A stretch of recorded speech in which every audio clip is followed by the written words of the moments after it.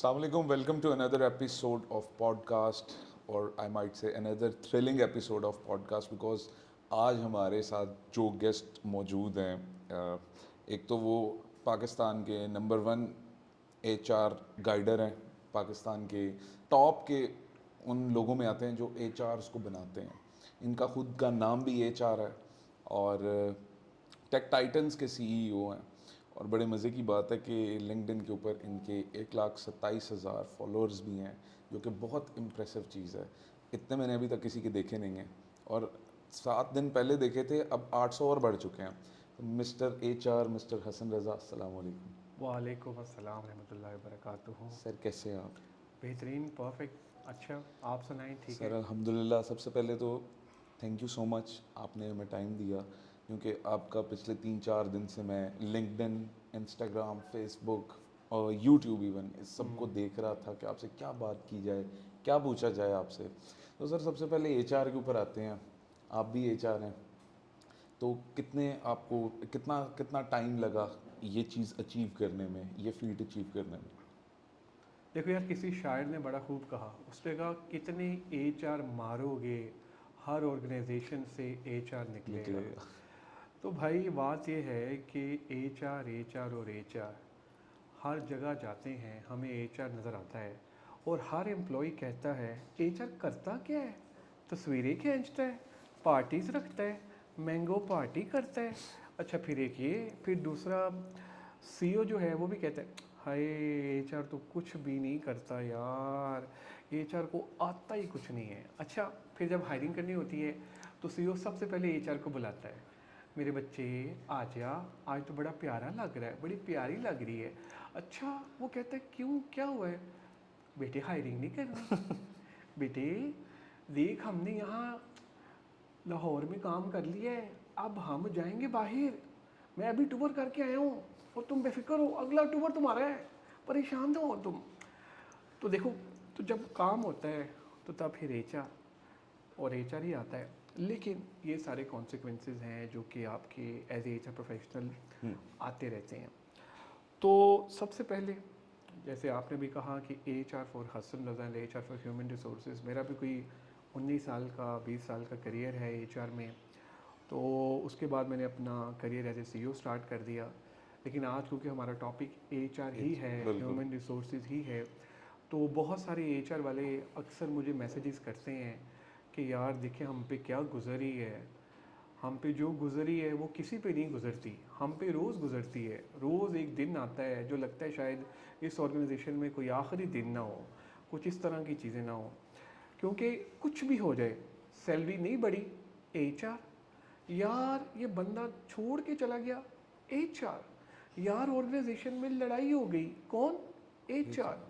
कुछ भी हो गया, एचआर एचआर एचआर। इवन टैंकी में पानी नहीं आ रहा ऊपर, वॉशरूम के नलके नहीं चल रहे, यकीन मानो, फिर भी कौन, एचआर। हर जगह कौन, एचआर। तो फिर जब आप इतनी चीज़ों में होते हैं तो अब देखो, उस एचआर की भी कोई पर्सनल लाइफ है, उसके अपने बच्चे हैं, उसने घर जाना है, सारी चीज़ें करनी हैं। तो लेकिन ऑर्गेनाइजेशन को ये लगता है कि जैसे एचआर जो है ना, ये सारा कुछ कर भी रहा है, और कहीं जब इसको लगता है कि यार ये नई चीज़ें हो रही हैं, तो फिर वो एचआर वाले जो है ना, वो कुछ भी नहीं कर रहे होते। तो इसमें सीईओ साहब का बड़ा इंपॉर्टेंट रोल है। खैर, बहुत सारे सीईओज मेरे दोस्त भी हैं, तो हमने बैलेंस भी मेंटेन करना है, बिल्कुल। क्योंकि बिजनेस तो सीईओ ने देना है, बिल्कुल। सीईओ के साथ ही चल रही होती है। लेकिन एचआर वाले हमारे फॉलोअर्स भी हैं, दोस्त भी हैं, और बड़ा अच्छा काम भी कर रहे हैं। तो एज ए एचआर आपको बैलेंस मेंटेन करना होता है। आपने एम्प्लॉयज़ के साथ भी लेके चलना है, फिर आपने एम्प्लॉयज़ के साथ भी बैलेंस क्रिएट करना है। तो आप एक ब्रिज होते हैं, जो कि सीईओज़ की तरफ से जब आप कोई भी इंस्ट्रक्शन आती है, कोई पॉलिसीज़, कैसा मैसेज उन्हें देना होता है, तो वो सीईओज़ फिर एचआर को बोलते हैं कि यार आप लोगों ने आगे से उसको इम्प्लीमेंट करना है। इवन किसी बंदे को टर्मिनेट करना है, निकालना है, तो सीईओ खुद तो नहीं कह सकता ना। तो definitely there is a process, और फिर एचआर को बताते हैं, इन्वॉल्व करते हैं। अब एचआर वाले हमारे बड़े डरते हैं टर्मिनेशन से, तो मैंने टर्मिनेशन पे एपिसोड्स भी रखी हुई हैं कि यार हमारा इस तरह से है। अब देखिए, देयर इज़ अ प्रोसेस, ठीक है, एक मतलब definitely it's a painful process, लेकिन ये एक प्रोसेस है। कई दफ़ा बिज़नेस अपॉर्चुनिटीज़ नहीं अच्छी होती हैं, बिल्कुल। मतलब प्रॉब्लम आ रही होती है बिज़नेस में। कई दफ़ा जो एम्प्लॉयज़ हैं उनके मसले मसाइल होते हैं, इश्यूज़ होते हैं। तो कई दफ़ा आपकी कंपनी की वैल्यूज़ और उस बंदे की वैल्यूज़ नहीं मिल रही होती है, तो टर्मिनेशन करनी पड़ती है। लेकिन उसका मतलब ये नहीं है कि आप परमानेंट टर्मिनेट कर रहे हैं। जब आपके पास बिज़नेस आए, आप दोबारा एम्प्लॉयज़ को रख लें, तो सारे जितने हमारे एचआर के लोग हैं उनके लिए सबसे मुश्किल काम है टर्मिनेशन। और सीईओ के लिए सबसे मुश्किल काम होता है कि किसी बंदे को ये कहलवाना कि यार आप यहाँ से चले जाइए, लेकिन वो खुद नहीं कहते, वो फिर एचआर को बीच में इन्वॉल्व करते हैं। तो आपने देखा है कई जगहों पे हमारे जो एचआर वाले हैं वो फ्रंट एंड पर होते हैं, बिल्कुल। हालांकि बड़े मासूम हैं, यकीन माने इतने मासूम हैं कि जिसका आप बता नहीं सकते आपको।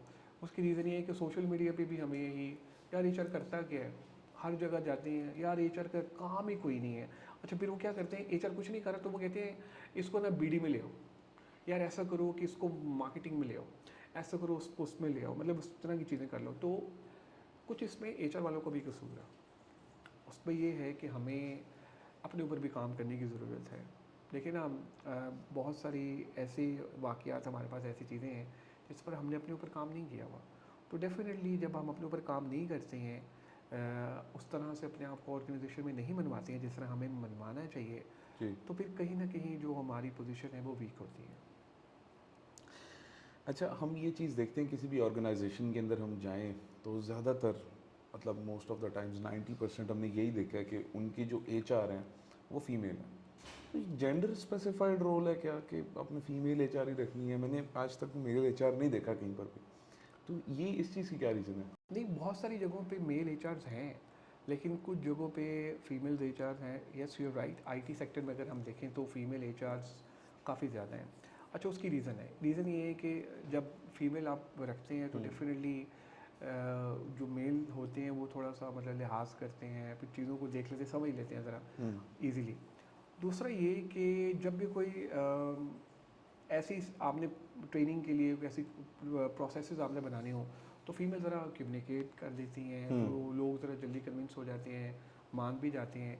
कुछ जगहों पे मेल बड़ा अच्छा काम करते हैं, जैसे अगर हम देखें एचआर ऑपरेशंस की अगर हम बात कर लें तो उसमें हमारे मेल जो हैं बहुत अच्छा परफॉर्म करते हैं। ट्रेनिंग एंड डेवलपमेंट में फ़ीमेल्स बहुत अच्छे, एम्प्लॉई इंगेजमेंट में अगर हम देखें तो वहाँ पर वो अच्छी तरह उनको इंगेज कर लेती हैं।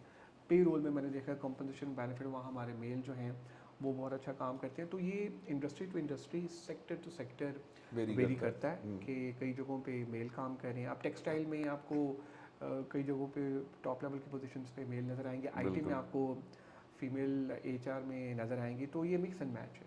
अच्छा। अच्छा, खैर, आपने बहुत सारे सेशंस देते हैं, आप काफ़ी एचआर्स को ट्रेन करते हैं और म- बहुत से एचआर्स को आपने ट्रेन किया। आपके मैंने फॉलोअर्स देखे थे, आपका पूरा लिंक्डइन देखा मैंने, रिसर्च वगैरह सारी की, सारे क्वेश्चंस लिखे हुए थे। तो खैर, आपने इतने लोगों को ट्रेन किया है, आपको किसने ट्रेन किया? आपने किससे ट्रेनिंग लिया? किससे जाकर आपने पूछा चीज़ों के बारे में? Who is your teacher? ठीक है, बड़ा इंटरेस्टिंग क्वेश्चन है। आज तक वैसे किसी ने मुझसे नहीं पूछा, लेकिन आपने पूछा तो आई रियली अप्रिशिएट कि चले किसी ने पूछ ही लिया। सबसे पहले तो जो ट्रेनिंग मेरी की, आई थिंक मेरे फादर, उन्होंने एक बहुत इंपॉर्टेंट रोल प्ले किया। अच्छा, दूसरी जो मेरी ट्रेनिंग प्रोफेशनली वो किसी मतलब एचआर के लोग तो थे बीच में आते थे, लेकिन मुझे जो बहुत सिखाया वो थे एहसन उमर। एहसन उमर साहब मेरे मेंटोर हैं। He is working as a chief commercial officer at Bata shoes, फिर उनका काफ़ी मल्टीनेशनल कंपनीज में उन्होंने काम भी किया।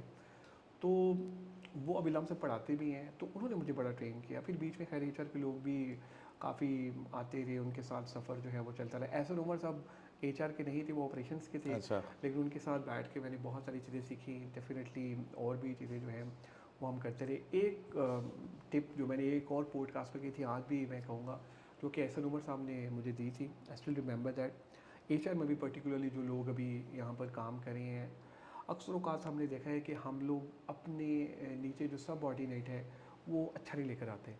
हमें ये लगता है यार कि ये हमारी जगह ना ले ले, एग्जैक्टली। हमें रिप्लेस ना कर ले, बिल्कुल। यार ये तो मेरा काम ले लेगा तो फिर मैं क्या करूँगा। ये अप्रोच सरासर गलत अप्रोच है। अगर आप चाहते हैं कि आप ज़िंदगी में आगे बढ़ें और आप तरक्की करें तो आपको अपने नीचे एक बेहतरीन रिसोर्स लेकर आना है। अच्छा, शुरू शुरू में मेरी भी कुछ ऐसी ही थी कि मैं कहता था नहीं यार कहाँ ऐसे ना, तो मुझे ऐसे उमर साहब ने एक दिन बिठा के ना बताया उन्होंने कहा यार देखो, तुम उसका काम भी करते हो और अपना काम भी करते हो, तो कॉम्पिटेंट बंदा लेकर आओ नीचे। जो कॉम्पिटेंट बंदा लेकर आओगे तो तुम्हारी ज़िंदगी आसान हो जाएगी। तो फिर मैंने इसी तरह से किया। तो आज मैं देखता हूँ मेरे काफ़ी जूनियर जिस तरह आप बता रहे हैं ट्रेंड मेरे से आगे हैं, फाइनेंशियली भी आगे हैं और नॉलेज वाइज भी आगे, तो मुझे बड़ा अच्छा लगता है। अब मैं जहाँ जाता हूँ बड़ा रिगार्ड करते हैं, रिस्पेक्ट देते हैं। वो कहते हैं यार हसन रज़ा के साथ रह के हमने वो सीखा। तो मैंने अपनी ज़िंदगी का एक मंत्रा था और अभी भी है कि अपने नीचे एक बेहतरीन रिसोर्स लेकर आएँ, उसको ट्रेन करें, उसको एम्पावर करें और उसको कहें जाओ यार भाई तुम जाके काम करो। जब फंसोगे ना, जब कोई प्रॉब्लम होगी, कोई इशू होगा, फिर मेरे पास आना। तो इस तरह मैंने किया। तो ये अल्लाह ताला का बड़ा करम रहा अल्हम्दुलिल्लाह। अब हम लेते हैं एक छोटा सा ब्रेक और ब्रेक के बाद आपकी खिदमत में दोबारा हाजिर होंगे। आज हम डिजिटल दोस्त के प्लेटफॉर्म पे हैं और मूसा रज़ा की ऑर्गेनाइजेशन में हम हैं आज, और यहाँ पर हमारी पॉडकास्ट चल रही है और उम्मीद है कि आपको पसंद आ रही होगी। ये भी बहुत अच्छे क्वेश्चंस कर रही हैं। माजरत चाहता हूँ आपके उनके होस्ट हैं तो जी सर। मैं गेस्ट हूँ, तो माजरत ज़रा 1000 पॉडकास्ट करके मुझे आदत पड़ गई हुई है। हाँ। Sir when I was going through your LinkedIn, आपके ना काफ़ी कोटेशंस वगैरह और काफ़ी एक्सपीरियंस से आपने अपने जो है ना कुछ काफ़ी चीज़ें कही होती हैं। वहाँ पे एक चीज़ मैंने पढ़ा that no one is your friend in your organisation. ठीक है सर। तो वाई ऐसा क्यों है? अब आपके कोलीग्स भी हैं साथ, वो बुरा तो नहीं चाहेंगे आपके लिए ऑब्वियसली, तो ये बात आपने क्योंकि no one is your friend in your organisation. यार देखो, इस पे बड़ा लिंक्डइन पे ना लोगों ने मुझे कहा कि तुमने ये क्या लिख दिया है कि no one is your friend in your organisation. मैं एक ना आपको छोटी सी सिचुएशन है, मैं वैसे ये रियल टाइम सिचुएशन है जो मैं आपसे शेयर करूँगा। देखिए, आप कहते हैं ना कि मेरे सारे दोस्त हैं, वैसे तो आप दोस्त हैं, सबके सब दोस्त हैं यहाँ पे। लेकिन मैं कहता हूँ कि अगर आप समझते हैं कि आप दोस्त हैं ऑर्गेनाइजेशन में, आप रिज़ाइन करें। आप उनको भी कहें जो आपके दोस्त हैं कि करें रिज़ाइन, कभी नहीं करेंगे। बिल्कुल। तो फिर हम कहाँ से दोस्त हैं? फिर कहाँ ऑर्गेनाइजेशन में फ्रेंडशिप हुई? देखिए, हम यहाँ पर सारे इकट्ठे होते हैं, we are here for the common objective and that is जो कंपनी की जो ग्रोथ है, जो कंपनी की चीज़ें, हम उसके लिए सारे इकट्ठे हैं और हम अपना अपना रोल प्ले कर रहे हैं। हर बंदे ने अपना रोल प्ले करना है। ठीक है, कई जगहों पे, कई डिपार्टमेंट्स में हमारी बड़ी अच्छी दोस्ती हो जाती है, लेकिन दोस्ती का मतलब ये नहीं है कि हम उस ऑर्गेनाइजेशन में कि ये समझे कि जी अच्छा मैं जा रहा हूँ, आ जाओ, तुम भी आ जाओ। वो कभी नहीं आएगा। या मैं छोड़ रही हूँ, आ जाओ, मैं जा रहा हूँ, हम इकट्ठे काम करेंगे। कि अच्छा तुम जाओ, हम देखेंगे बाद में। सो बी प्रैक्टिकल। आप एक ऑर्गेनाइजेशन में इकट्ठे हैं, आप बिल्कुल हैं, वहाँ पर आप जाइए, अपना काम कीजिए, काम से पहचाने जाइए। इवन दो कि आप अपनी मतलब कोई आपके बारे में कह रहा हो कि ये बॉस का रिपोर्टर है, यार ये बॉस की वो फलां जाके खबरें देता है, इस तरह की चीज़ें करता है। वो एक मिस्टर चुक्कू मेरा एक बड़ा फेमस हुआ था, पता नहीं वो है कि नहीं, वो एक मिस्टर चुक्कू भी होता है ऑर्गेनाइजेशन में। वो बॉस को जाके कह रहा था, हाय बॉस आज आप बड़े प्यारे लग रहे हैं ना, बॉस आज आप आए हैं ना, बॉस आपने कनाडा गए थे आप, अच्छा बॉस आपको 3-4 मुल्क और भी फिर लेने चाहिए थे। ओहो बॉस। तो वो जो मिस्टर चुक्कू है ना, वो ऐसा चुक्केगा ऑर्गेनाइजेशन को, हर ऑर्गेनाइजेशन है बाय द वे। तो फिर क्या करते हैं वो जाके कल्चर को ख़राब करते हैं, चीज़ों को देखते हैं। तो आई मीन मैं आपको बताने का मकसद ये है कि वो चुक्कूज हो गए, फिर ये रिपोर्टर हो गए, सीसीटीवी वाले जी जो बिल्कुल। वो रिपोर्टर हो गए ना, छुप खबरी। छुप के जो टो लगाते हैं, वो हो गए ना। इस तरह ऑर्गेनाइजेशन में और बड़े करेक्टर होते हैं। एक आपको मिलेगा जो जिसका काम ही यही है, वो परेशान ही रहेगा, उसको ऑर्गेनाइजेशन से गिला ही रहेगा, हर दफ़ा कुछ ना कुछ मसला ही रहेगा। गमला नहीं ठीक, आज गिलास नहीं ठीक, गिलास में पानी कम क्यों है, गिलास में पानी ज़्यादा होना चाहिए था यार। आज कुर्सी का जो तीसरा जो है ना वो पहिया, वो क्यों ख़राब है यार, जब कुर्सी इधर क्यों जा रही, इधर क्यों नहीं जा रही, उसको हमेशा गिला ही रहेगा। और वो घर जाएगा तो घर वालों के साथ भी वो लड़ रहा होगा कि यार ये क्या है। तो एक मिस्टर गिला, एक मिस गिला शिकवा होंगी जो यही कर रही होंगी हमेशा कि हाय मैं कितने फंस गई यहाँ, ये ऑर्गेनाइजेशन कैसी ऑर्गेनाइजेशन है। लेकिन उसको ये नहीं पता कि ये ऑर्गेनाइजेशन बेहतरीन ऑर्गेनाइजेशन, बिल्कुल। क्योंकि ससुराल का आपको नहीं पता होता, वो नसीब वालों को ही मिलते हैं। तो ऑर्गेनाइजेशन भी नसीब वालों को मिलती है। एक अच्छा बॉस जो होता है वो भी नसीब वालों को ही मिलता है, एक अच्छी ऑर्गेनाइजेशन भी नसीब वालों को ही मिलती है।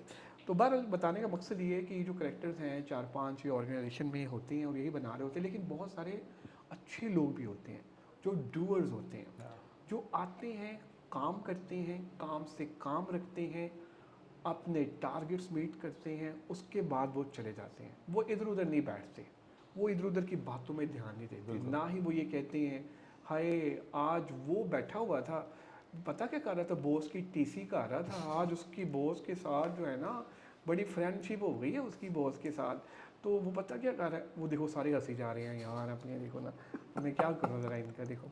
तो बहरहाल तो बताने का मकसद ये है कि जब वो ऐसी चीज़ें हो रही होती हैं तो फिर ऑर्गेनाइजेशन में ये सारी चीज़ें जो है ना वो चल रही होती हैं, लेकिन बहरहाल उसको शॉर्ट करते हैं तो जो टॉप लेवल मैनेजमेंट पे बंदा बैठा होता है ना वो सारी चीज़ें करके आया होता है। बिल्कुल ऐसे उसको ही। पता होता है मिस्टर चुकू कौन है, उसको पता होता है मिस्टर मिस गिला शिकवा या मिस्टर गिला शिकवा कौन है, वो देख रहा होता है, वो कहता है अच्छा चलो यार इंजॉय करो, कोई बात नहीं, खैर है कोई मसला नहीं, लेकिन वो ऑब्जर्व कर रहा होता है, वो उनको चीज़ों का पता होता है कि मैंने क्या करना है, किस तरह से करना है। तो टॉप लेवल मैनेजमेंट का बहुत इंपॉर्टेंट रोल प्ले करता है वो इसके अंदर।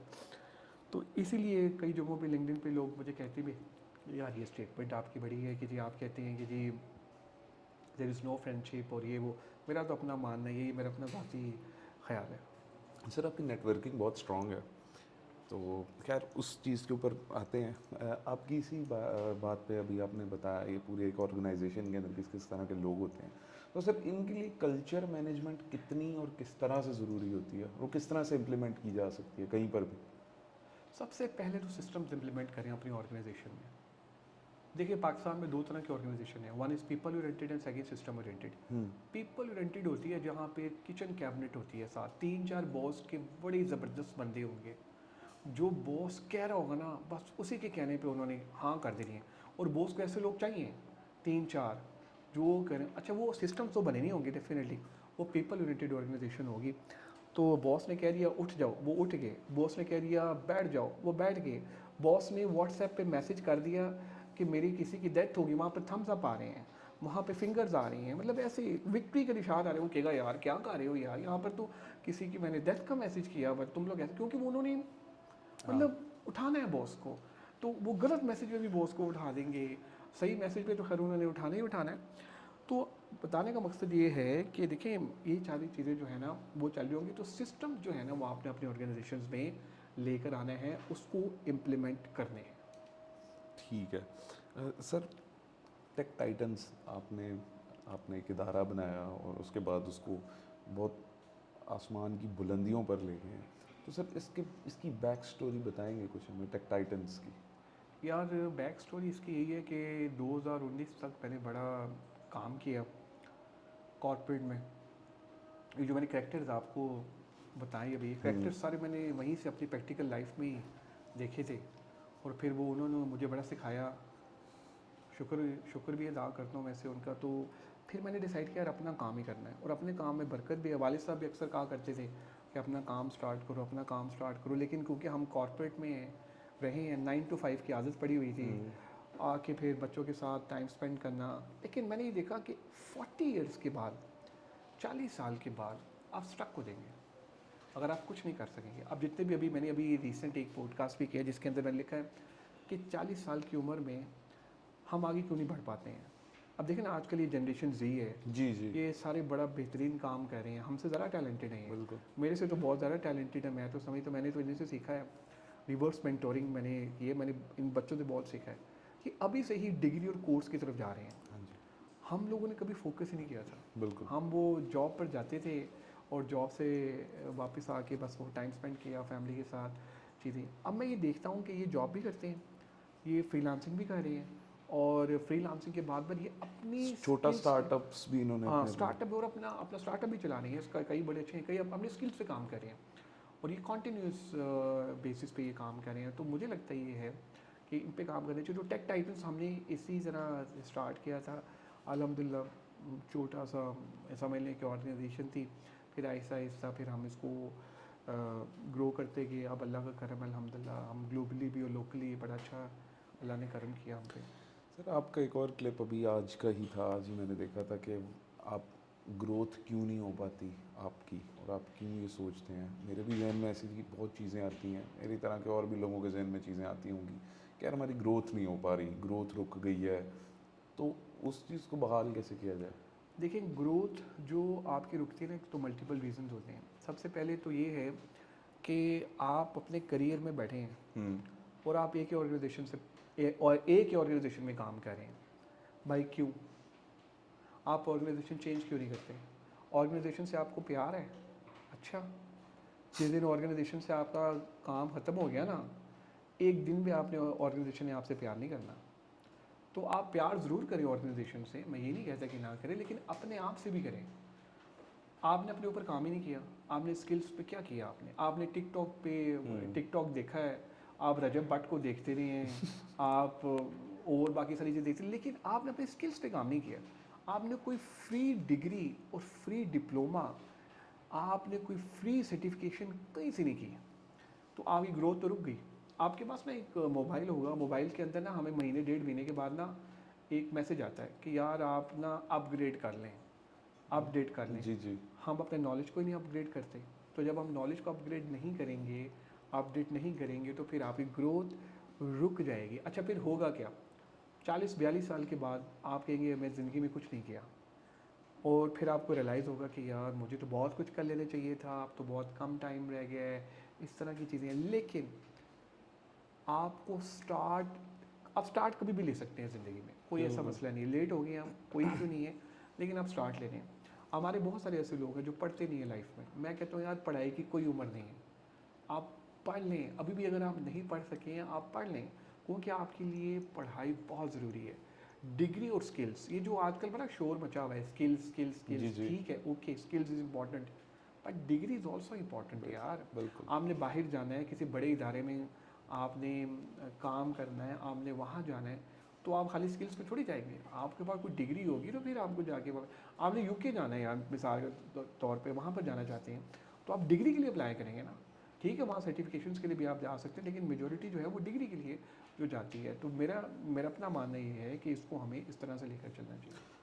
आप बहुत अच्छी तरह से लोगों को जो है ना वो मेंटोर करते हैं, मोटिवेट करते हैं। अच्छा, सबसे बड़ी चीज़ ये मैंने देखी है कि अगर किसी दिन कुछ नहीं पोस्ट हुआ हो तो उस दिन एक चीज़ ज़रूर पोस्ट हुई हुई है, एक लॉक बना हुआ दरवाजे का, हाँ उसको आप, हाँ, क्योंकि अल्लाह ताला ने अगर एक दरवाज़ा बंद होता है तो बिल्कुल। कई चीज़ें। अच्छा, ये चीज़ें हम भी सोचते हैं। मैं अगर अपनी बात करूँ ना, तो कभी कभी बैठ के रात रात के टाइम से, जब आपका माइंड फ्री होता है, आप लेटे होते हैं, आपके जहन में और भी बहुत सी चीज़ें आती हैं, तो मेरे जहन में भी यही चीज़ आती है कि यार क्या फ़ायदा है हमारी डिग्रियों का, ये नौकरी शौकरी, मेरा दिल करता है कि मैं इसे छोड़ के निकल जाऊँ। क्यों? क्योंकि लोग तो, हमारे जो एज वाली जनरेशन है या लोग हैं, आवाम है, उनका इंटरेस्ट तो है टिकटॉकर्स और यूट्यूबर्स और व्लॉगर्स की तरफ, तो उनको देखते हैं, अपना वक्त ज़ाया करते हैं। ठीक। तो ये जो लोग हैं, जिस तरह आप, मुझे आज से पहले नहीं था पता, he was the number 1 corporate influencer. और जब मैंने आपके आज से 3 दिन पहले, 4 दिन पहले फॉलोअर्स देखे, तो वो पूरे 1,27,000 थे। बट आज जब मैंने देखे तो वो 1,27,870 हैं। ठीक। 3 दिनों में 870 फॉलोअर्स, इतनी तेज़ी से। आपकी नेटवर्किंग बड़ी अच्छी है। तो नेटवर्किंग हाउ, इतने ज़्यादा लोगों के साथ, फिर हर कोई आपको जानता है, तो सर आप क्यों नहीं यूट्यूब बना लेते अपनी, वहाँ से भी अर्न करें, यहाँ से भी अर्न करें? ये यार, सबसे पहले तो मैं इस पे अल्लाह ताला को शुक्रिया अदा करता हूँ, फिर अपने पेरेंट्स का कि उन्होंने मुझे बड़ा सपोर्ट किया। I am a polio victim, तो मुझे पोलियो भी है, तो फिर ये चीज़ें चलती रही। फिर नेटवर्किंग का मुझे शौक़ भी था, तो मैंने पाकिस्तान के ना 3 बड़े HR नेटवर्किंग फोरम्स के साथ काम किया एज ए कोऑर्डिनेटर। अच्छा। तो मैंने चीज़ें वहाँ फिर सीखी, तो फिर अपना बना लिया। फिर टेक हम्म। टाइटन्स फिर हमने अपना बनाया, तो ये करते गए। अच्छा, आपने एक बड़ा अच्छा क्वेश्चन किया कि नेटवर्किंग, देखिए नेटवर्किंग जो है ना वो बहुत इंपॉर्टेंट है, बिल्कुल। लेकिन हमारे यहाँ होता क्या है, ऑर्गेनाइजेशन में ना सारे लोग बिजी होते हैं। एक सिनेरियो बता रहा हूँ, आप किसी को फ़ोन करें, आप उसे को यार मैं आपसे मिलना चाहता हूँ, तो बंदा कहेगा मैं बिज़ी हूँ, मैं नहीं मिल सकता। अच्छा, कुछ सालों के बाद जो बंदे को जिसने फ़ोन किया, आप उसको फ़ोन करेंगे, यार मैं आपसे मिलना चाहता हूँ, फिर वो कहेगा मैं बिज़ी हूँ, बिल्कुल। भाई मेरे पास तुम्हारे लिए कोई टाइम नहीं है। हम्म। अच्छा, इसका मतलब है कि नेटवर्किंग आपने करनी ही है। आप प्रोफेशनल नेटवर्किंग करें, आप लोगों से मिलें, आप सीखें क्या हो रहा है मार्केट में, क्या चल रहा है।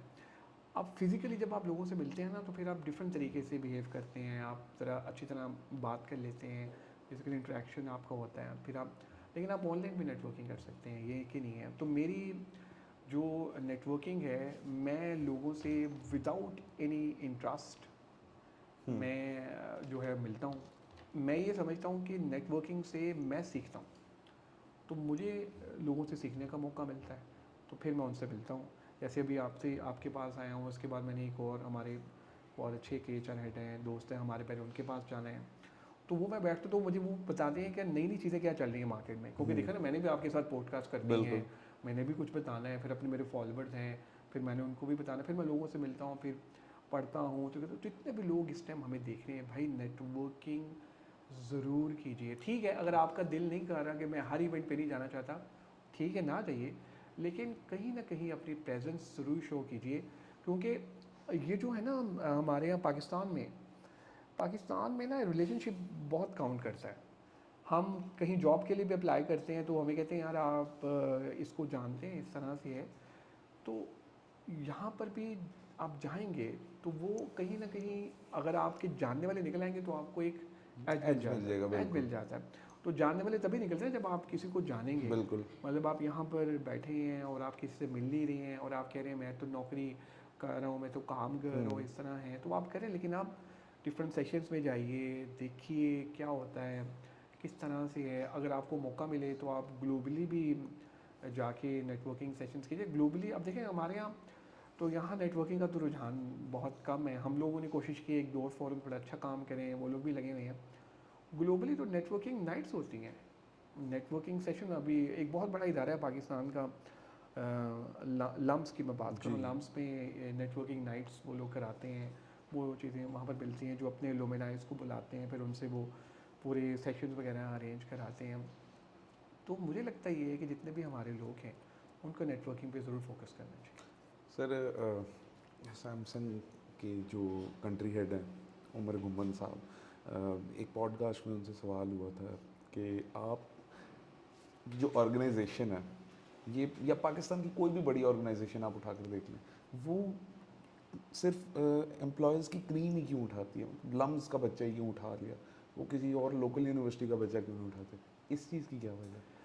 देखो यार, ये बड़ी दफ़ा ना क्वेश्चंस पूछा गया है और बड़े लोगों से पूछा गया है, लेकिन मुझसे तो पहली दफ़ा ही पूछा गया। आपने मुझसे ये सवाल पूछा नहीं, एक दफ़ा मेरा ख्याल है टीवी चैनल में उन्होंने बगैर नाम लिए तो पूछा था। अच्छा, कई ऑर्गेनाइजेशंस में ना ये रिक्वायरमेंट होती है कि हमें फ़ॉरेन क्वालिफाइड चाहिए। अच्छा। अच्छा, कई जगहों पे डेफिनेटली उनकी यूनिवर्सिटी का भी होता है कि यार ये हमें इस और यूनिवर्सिटी से जो है वो हमें बंदा चाहिए।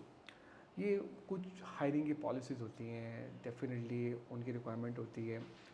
मुझे लगता है ये कि आपको बैलेंस मेंटेन रखना चाहिए। हो सकता है कि कुछ टॉप लेवल पोजीशंस पे वो चाह रहे हो कि यार हमें इस यूनिवर्सिटी का या फलानी यूनिवर्सिटी का बंदा चाहिए, लेकिन मिड लेवल पे हमें ये चाहिए। लेकिन मैंने बहुत सारी एमएनसीज़ में भी कोई एवरेज यूनिवर्सिटी के जो समझ रहे हैं आप, जो ए टियर नहीं है, बी टियर है, उसके भी हमने लोग देखे हैं, वो वहाँ पर भी देखे हैं। लेकिन यस, कुछ ऑर्गेनाइजेशंस में स्पेसिफिकली कुछ यूनिवर्सिटीज़ को ये कहा जाता जी। है।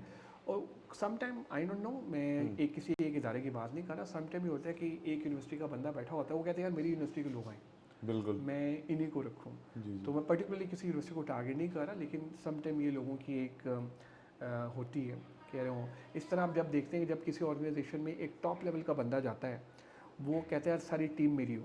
बिल्कुल। तो वो कहते हैं अच्छा वो पुराने इदारे वहाँ से ना बंदे उठा के ले आओ जो अपनी सारे, टीम ले आता है वो अपनी पुरानी, टीम हाँ ले जी। आता है।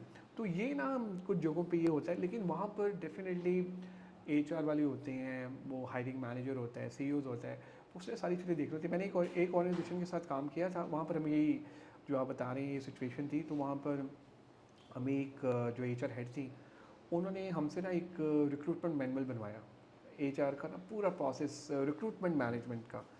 उस रिक्रूटमेंट में से हमने डिफरेंट यूनिवर्सिटीज़ के स्टूडेंट को गुजारा, उस प्रोसेस से गुजारा। तो उसको हम रिक्रूटमेंट मैनुअल हमने पूरा बनाया था, हायरिंग का पूरा प्रोसेस था कि हम पहले असेसमेंट करेंगे, फिर हम मतलब वो शॉर्ट लिस्टिंग, वो सारा। वो असेसमेंट सेंटर्स में से ना हम सोच रहे थे कि यार वो टॉप टियर यूनिवर्सिटी का जो स्टूडेंट है ना, वो बड़ी आसानी से गुजर जाएगा।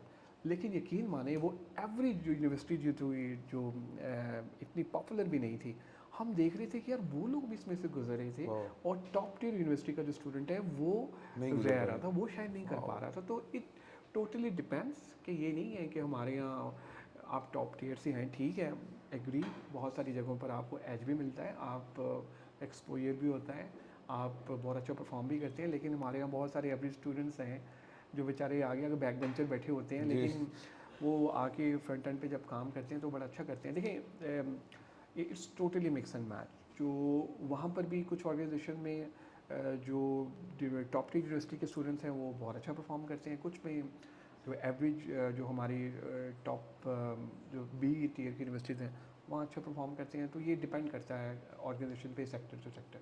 ठीक है, तो सर हमने देखा काफ़ी दफ़ा रिक्रूटमेंट होती है, रिक्रूट करने के लिए आपको इंटरव्यू के लिए बुलाते हैं, आपका इंटरव्यू होता है और उसके बाद दे गोस्ट यू। ये चीज़ हमने बहुत देखी है। तो इवन लिंक्डइन पे कुछ पोस्ट्स भी हैं कि वो मैसेज कर देते हैं, या आपने हायर करना है कि नहीं करना, आप गोस्ट कर गए हैं मुझे, मतलब गायब हो गए हैं, आपने कोई जवाब नहीं दिया उसका। फिर वो आपको पीछे वो जो एम्प्लॉय जो सॉरी इंटरव्यू दे के गया होता बंदा, वो मैसेजेस पे मैसेजेस करता है कि भाई बता तो दें एटलीस्ट। इस चीज़ के ऊपर क्या टेक है आपका? देखिए जी, जो आपको एचआर वाला या जो हायरिंग मैनेजर ये कहता है ना कि we will get back to you, उसने कभी नहीं आना, उसने ज़िंदगी में कभी नहीं आना। वो गेट बैक पत्तों की करने गया हुआ है, वो शेख पूरे करने गया हुआ है, वो गेट और बैग को ढूंढने गया हुआ है।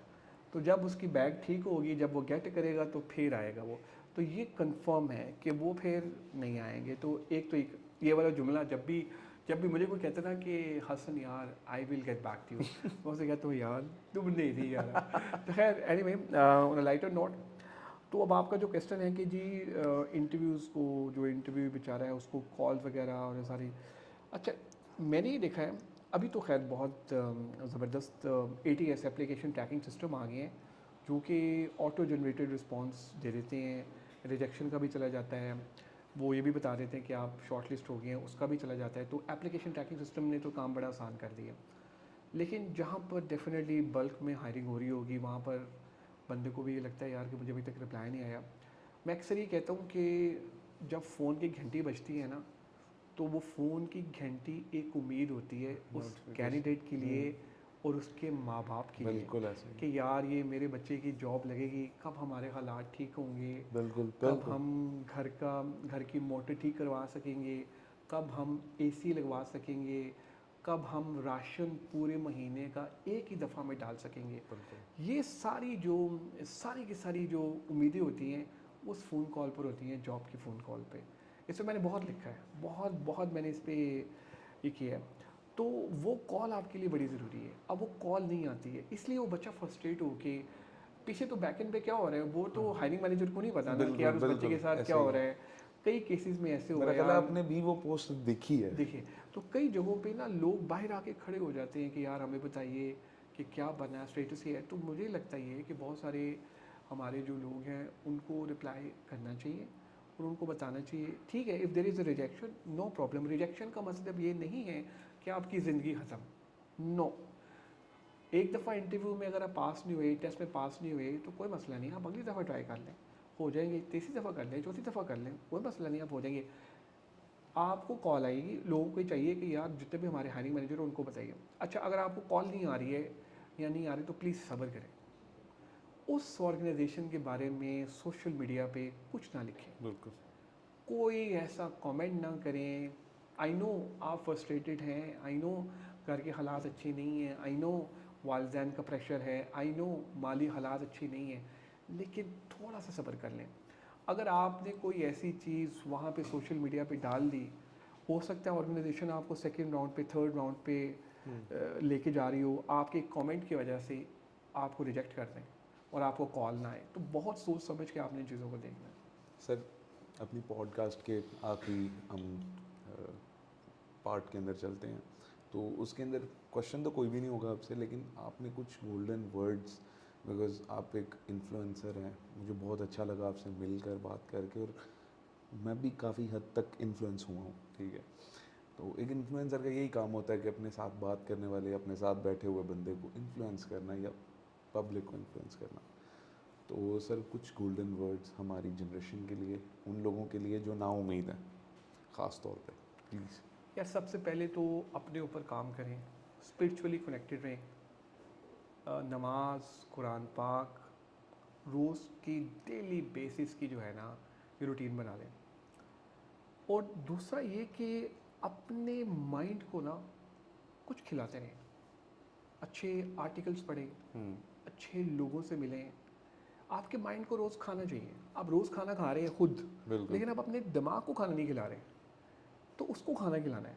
वो खाना डेफिनेटली जब आप अच्छे लोगों से मिलेंगे, बेहतरीन लोगों से मिलेंगे, आर्टिकल्स पढ़ेंगे, मोटिवेशनल वीडियोस देखेंगे, इंस्पायरेशनल वीडियोस देखेंगे, तो फिर डेफिनेटली आप पॉजिटिव सोचेंगे। तीसरी चीज़, अगर आप किसी ऑर्गेनाइजेशन में काम कर रहे हैं तो उस ऑर्गेनाइजेशन के बारे में हमेशा पॉजिटिव रहें। किसी भी इदारे की जाके बाहर ये ना बताएं कि यार प्रॉब्लम इस तरह से हो रही है, ये ऐसे हो रहा है। क्योंकि अक्सर ये देखा गया है कि जब हम उस इदारे के बारे में बात करते हैं तो जब हम नई जॉब के लिए अप्लाई करते हैं तो वो हमारा रेफरेंस चेक कर लेते हैं। तो जब आप स्टेटमेंट दे देते हैं इंटरव्यू के दौरान ही कि मैंने इसलिए जॉब छोड़ी क्योंकि वहाँ मसले मसाइल थे, वहाँ इश्यूज़ थे, तो वो कहता है जो सीईओ है वो कहते हैं यार इसके तो वहाँ भी इशू थे तो यहाँ भी इशू क्रिएट करेगा। बिल्कुल। तो कभी भी ज़िंदगी में ये आप गलती ना करें। Third, the fourth, the most important, सोचे कम और शुरू कर दें। स्टेप ले लें ज़िंदगी में, और अगर हो सके तो अपना बिजनेस शुरू कर दें। जॉब में तो खैर आपको मिस्टर चुक्कू मिलेगा, मिस शिकवा मिलेगी, मिस्टर गिला मिलेगा, फिर आपको और बड़े बंदे मिलेंगे। तो खैर वो भी आपने, it's a part of life, तो भी आपने उसको करना है। लेकिन अगर आप बिज़नेस शुरू कर देंगे तो वो भी एक अच्छा इनिशिएटिव है, क्योंकि देखिए बिज़नेस जो है वो अल्लाह ताला की तरफ एक कदम है। तो अगर आप अल्लाह ताला की तरफ एक कदम बढ़ाएंगे तो 10 कदम अल्लाह ताला आपकी तरफ बढ़ाएगा।